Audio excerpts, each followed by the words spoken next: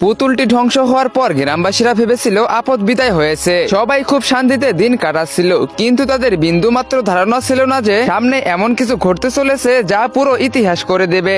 একদিন রাতে যখন ঘড়িতে রাত 2টো বাজে, গ্রামের এক মহিলা ঘুমাচ্ছিলেন। এমন সময় তিনি এক অদ্ভুত শব্দ শুনতে পান। তিনি বিছানা থেকে উঠে বাইরে বেরিয়ে এদিক ওদিক তাকাতে থাকেন। ঠিক তখনই সেই পুতুলের কাটা আঙ্গুলটি হাওয়ায় উড়তে উড়তে সরাসরি সেই মহিলার নাকের ভিতরে ঢুকে যায়। মুহূর্তের মধ্যেই মহিলাটি ধাপাস করে মাটিতে পড়ে যান এবং তার নাক দিয়ে ধরতে শুরু করে। কিন্তু দেখতে দেখতে তার পুরো শরীরের সমস্ত রক্ত বাইরে বেরিয়ে আসে এবং সেই রক্ত থেকেই তৈরি হয় সেই শয়তানি পুতুল। পরের দিন সকালে গ্রামে হাহাকার পড়ে যায়। সবাই দেখে মহিলাটি মাটিতে পড়ে আছে, তার পুরো শরীর নীল হয়ে গেছে। গ্রামবাসীরা সবাই বলাবলি করতেছিল কেউ এর শরীরের সমস্ত রক্ত চুষে নিয়েছে, কিন্তু কেউই বুঝতে পারতেছিল না এই কাজ আসলে কার। ঠিক তখনই গ্রামে প্রবেশ করে ইতাজি বাবা। সে ছিল একজন তান্ত্রিক, প্রাচীন মন্ত্র আর অশুভ শক্তির জ্ঞানী। ইতাজি বাবা সেখানেই থেমে যায় এবং সামনে দেখতে পায় অনেক মানুষের ভিড় লেগে আছে। সে সময় নষ্ট না করে ভিড় ঠেলে ভিতরে যেতেই ইতাজি বাবার চোখ পড়ে মাটিতে পড়ে থাকা সেই মহিলাটির দিকে। এক মুহূর্তের জন্য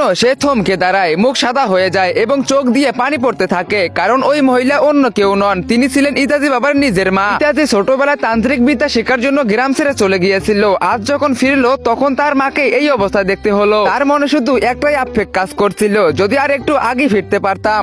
তো বন্ধুরা, এরপরে কি হতে চলেছে? ইতাজি কি পারবে তার মায়ের মৃত্যুর বদলা নিতে? তো তোমরা সেটা দেখতে পারবে পার্ট 12। তো 12 দেখার জন্য ভিডিওতে লাইক করে চ্যানেলটিকে সাবস্ক্রাইব করে দাও আর অবশ্যই কমেন্ট বক্সে কমেন্ট করো পার্ট 12।